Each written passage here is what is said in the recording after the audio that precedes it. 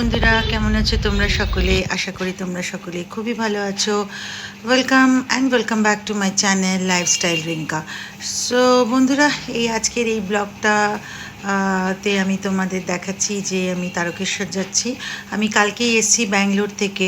তো আমি যখনই ব্যাঙ্গালোর থেকে কলকাতায় আসি আমি তারকেশ্বর মন্দিরে যাই, কেন ছোটোবেলার থেকেই আমার শিব ঠাকুর হচ্ছে, আমি সবসময় ওনারই নাম নিই, ওনারই জপ করি। তো আর মানে খুবই যাওয়ার চেষ্টা করি তারকেশ্বর, কিন্তু বিগত কয়েক বছর ধরে আমার যাওয়া হচ্ছে না। তো এই বছর আমি একদম মনস্থির করে নিয়ে এসেছি, যতবার যাই হয়ে যাক না কেন আমি ওনার কাছে যাবই যাব।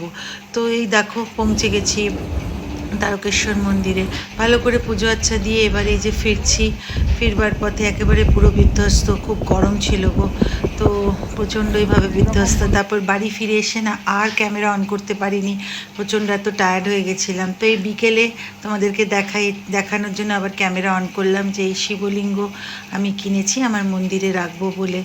চলো তাহলে এইটুকুই আজকের জন্য, ভালো থেকো, দেখা হচ্ছে আবার পরবর্তী ভিডিওতে, টাটা।